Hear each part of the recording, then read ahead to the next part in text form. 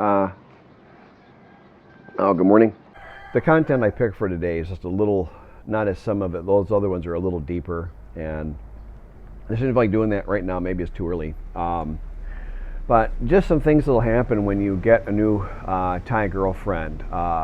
Just some things of kind of how it goes and how it typically goes. Give you a little frame of mind so when you're dating here, you're new here, a little thing. One, it's extremely competitive environment for the women, so they can be quite ruthless with each other. They're not supposed to be, and with Thai men, they generally aren't. Now, you show them a Thai man who's freaking handsome and is making 70 or 100,000 baht a month. I have to imagine 100% they'll break the same rules to get him, and they want him more than they want you or me. And that 100%. Just don't even think that you're that desirable. You are the second choice. We are the second choice here. We're a strong second. You know, we're a desirable second, but we are second to the desirable Thai men. That sounds, and I got to specify that based on having a strong income. Based on having a strong income, because the economy here is difficult for them, and, you know, so this is not easy for them. But anyways, so if you're back home and you're watching these videos, just to put a point on it, just to probably end up encouraging you to come here. So we go, Fawn and I, and we split up a little bit. We're an aisle or two over at the store. She goes to one store, I'm at the next store. I go walk the lot a little bit where she's taking time looking at the hair dye and the shampoos and stuff, or whatever the heck she was doing. And some female kind of shopping I wasn't that interested in, and my back was starting to hurt. So I'm just gonna take a short walk up the market was open. The night market was open. It was a beautiful night. It was a moon dog. You can look up what that is. There's a beautiful moon dog in the sky, which I love. I find those very attractive. And it's just this pleasant, really rich, gorgeous evening. You just imagine a perfect evening with all these, you know, beautiful women running around and this nice night market, and all the prices are cheap and no one's hassling you. So right off the bat, you're in a good mood. And I do that for a little bit, and I walk back into the CJ store. It's in the background of a lot of my earlier videos because I was there so much, and I'm still there all the time. And there's the Calabao Cafe, the Bao Cafe right next to it, and now there's a laundry place right there, which Fawn likes. So we're there almost every day. And I walk into the CJ's, and I'm just looking around, and I got my earbuds in, and I've got a little bit of music. In fact, I think I was listening to Spoken Nerd, Just Another Werewolf in the Night. Awesome song, by the way, awesome song. I'd consider it for an intro. It's kind of cool, actually. And so I'm enjoying that, and I get this beautiful evening, and I'm not paying attention to anybody because I got my earbuds in, and I'm just they're not crazy loud or anything, you know. So because someone spoke up, I could hear them. But I'm looking at some beer, maybe because I drink usually 1 or 2 beers a week. I was looking at some different beers. I end up picking a couple, and I buy some those diet sodas I like, and blah blah blah. You know, and I looked at the coffee a little bit, and just basic stuff. And you know, and there's I don't know what the hell's going on that night, but there was like a statistically disproportionate number of really pretty young women around there, and there's a couple of them giving you the eye, a couple aren't, and that's fine, whatever. I'm not paying any attention, because it isn't important to me, but it doesn't hurt my feelings. It does feel good, but I don't do anything with it. But then I'm walking by the counter, the main counter is going from one aisle to the other, and the two women do the giggle thing and like duck their heads down behind the counter as they're looking at me, and I mean, there's no way even the older of the two is even 30 years old yet. There's no frickin' way. I mean, they're cute girls, you know. I mean, and they were so enamored with a foreign guy. Now, do you have to have muscles? No, you really don't. Some of the ladies, I get questions on it sometimes. They clearly are curious and like it. Fawn likes it. But they're not used to that because generally Thai men don't lift weights. So if you do push-ups or whatever, you'll be way ahead. That's all you really need. But anyways, if you're fit, you're not overweight, you manage or if you're real chubby, fine. Get your shirts fitted. It makes a giant difference. And the untucked, collared, buttoned, nice, like a Hawaiian type shirt, but like a classier one, and get it fitted a little bit. So it kind of flatters your shape. You're 30, 40 pounds overweight like almost everybody our age. No big deal, dude. Just get your shirts fitted and look good, you know, and then wear nicer pants, you know, kind of long pants you get huge social points if you wear long pants, especially at night when it is cooler. In the heat of the day, okay, everybody gets that. But in the morning, you're out for a morning stroll and you're going to, say, by the market in the morning before it's hot, long pants. You go back to the night market, you go to dinner, You're walking through the city or something at night, maybe doing a little evening shopping as the stores are just before they close, which is usually 7 or 8. Some close at 5 or 6, but 7 or 8, a lot of them. Long pants, nice shoes. Your average Thai guy cannot afford nice shoes. You want to wear nice shoes if you can, because they'll look at you. They know you're rich. They look at you. You look like meat. They know you're rich. You're not hiding your wealth. Just wear nice shoes. Anyways,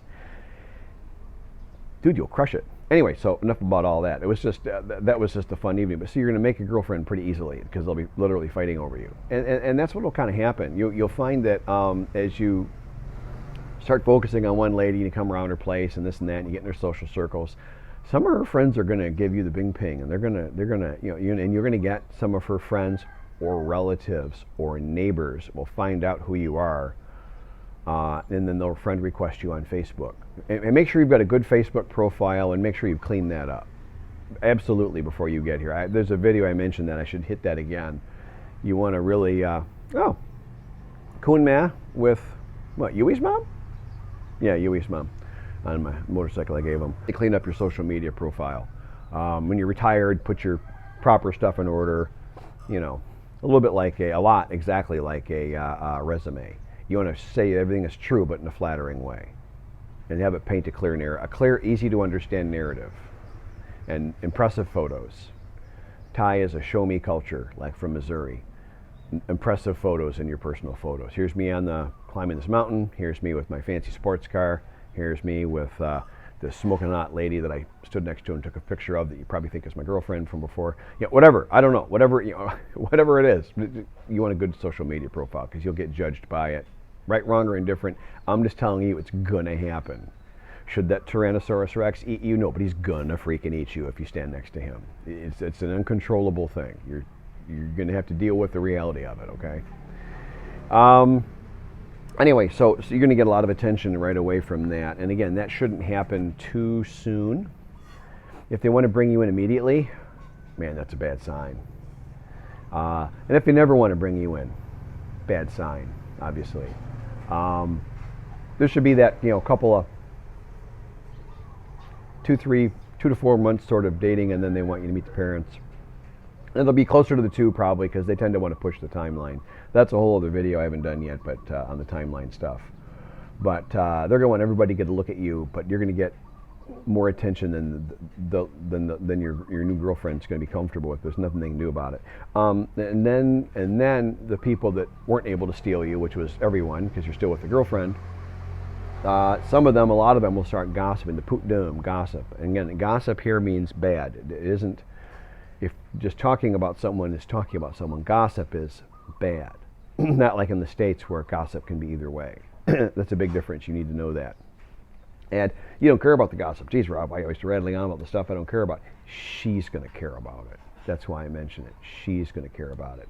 And this is a really important point. There should be a period of significant stress to her after she's introduced you to everyone. There should be. Because people are trying to steal you. A lot of this negative gossip around her village. This is all village life stuff. And in the big cities, this may not happen as much. So you got to adjust your barometer by your location. But if she's not getting any stress at all and everything's just totally no worries at all, could be a scammer because they're not worried. They don't care about any of that. It's just money only to them. In general, you should see some stress. I'll give you one tip out of this other video I'm probably going to do next, which is a red flag. 13 deadly red flags. It's going to be a big video, probably 2-parter. I would expect that I'll probably get a lot of views. That kind of stuff typically does. Not that I do it for that. I've deliberately avoided doing it because I don't want the channel to be negative because I'm having a good time. I was in a really rough shape back in the States, and yet here I am. Nobody bothering me. But she should be under a certain level of baseline stress all the time. A Thai girlfriend should have work stress, money stress, relative stress. She's borrowed money. People borrowed from her. It's borrowing thing. I keep learning every month. There's more and more and more of all the people around me. And my number of people around me isn't growing, but all this information, this loan, and this debt, and this horrible side of it it's way more prevalent than I would have thought. It's not just common or even very common, it's almost ubiquitous. I would say it probably is ubiquitous. It's just everywhere.